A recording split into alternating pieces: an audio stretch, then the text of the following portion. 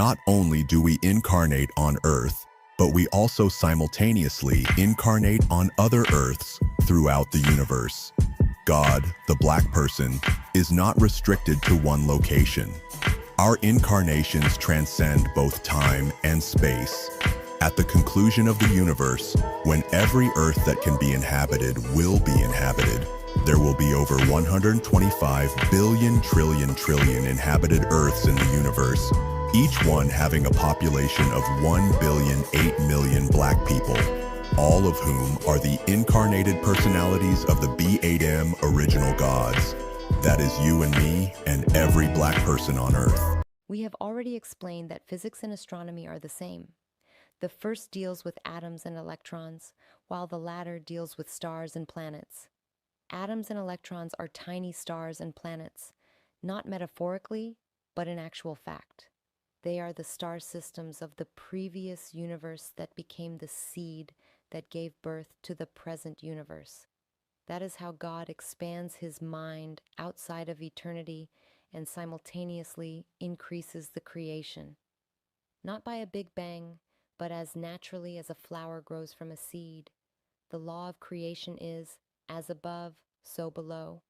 By studying one, we will know the other, because what is above is identical to what is below, differing only in size. The laws and proportions are identical. The next question then to be answered is, what is chemistry? Is it related to physics, astronomy? Chemistry is the understanding of how atoms combine to form compounds using the magnetic laws of attraction. Compounds are things like water, air, fake nails, rocks, jello, and gold. Teeth.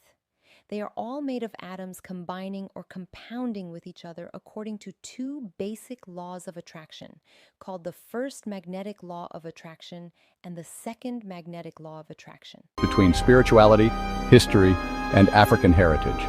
It delves into ancient wisdom, cultural traditions, and the scientific principles underlying the origins of humanity. This study emphasizes the significance of African contributions to global knowledge, fostering a deeper understanding of identity, purpose, and universal unity. The origins of the universe. Black roots science versus the Bible. As above, so below, the mirror between Earth and cosmos. Black roots science the Earth, with its 125 billion trillion atoms, mirrors the universe, which contains the same number of stars. Bible. The Earth was divinely created by God in a 7-day sequence, presented as a central point of creation rather than a reflection of the cosmos. The Big Bang? Not so fast. Black root science. There is no Big Bang. The cycle of creation mirrors the growth of a seed into a flower, gradual, infinite, cyclical, and divine in nature. Bible. Genesis describes a single divine act of creation with God saying, "Let there be light," bringing the heavens and earth into existence. Black root science. The universe was birthed through the expanded consciousness of divine beings, the ancestors of black people who became the first gods. The stars of the previous universe transformed into the atoms of Earth. Bible. Creation is the work of a singular omniscient God. Humans are seen as separate creations, not divine co-creators. Black root science. Initiation rituals were once common practice among black ancestors, allowing direct access to higher truths without intermediaries. Stars, atoms, and the infinite cosmos. Black roots. Science. Atoms are not simply particles. They are miniature star systems from previous universes, folded into a new form for Earth's creation. Bible. Stars are part of God's decoration of the sky, set to provide light and mark seasons. Black root science positions stars and atoms as interconnected, evolving entities within infinite universes, challenging traditional scientific and biblical notions. The teachings of Black root science challenge us to rethink not only creation, but our place in the universe. Rather than a finite, linear act of divine creation, it suggests an eternal, interconnected, and cyclical universe where humans are divine inheritors. Be sure to follow the next video and find out from BRS how Jesus' true role is reinterpreted through the lens of African origin cosmology, ancient tribal history, and the metaphysical lineage of the original people.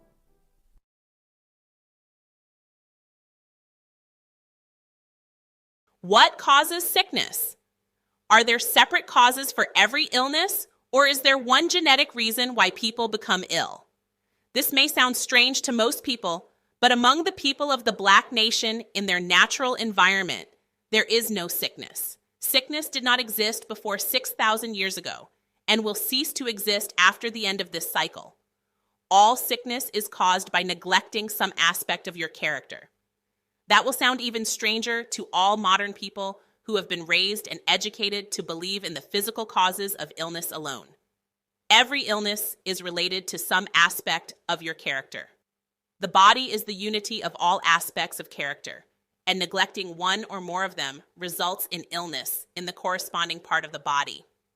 Among our people in our natural environment, there is no neglecting of any part of our character. We also know the proper foods to eat and the right time to eat them, so sickness does not have the slightest chance to exist. In the ancient society, children were not taught as children are taught in today's schools. They were not incarcerated in classrooms for hours on end, being denied the natural physical movement that all children crave, and the freedom to roam free for miles around and investigate everything. Their education was not an intellectual indoctrination that today's education clearly is. Rather, it was education through experience, allowing all children to discover firsthand what adults already knew, all the while under their guidance. Their teaching system was called initiation. The education of young people was divided into segments of 7-year periods. At the end of each segment, they graduated as a group in their town or district or clan. Their graduations were called initiation festivals.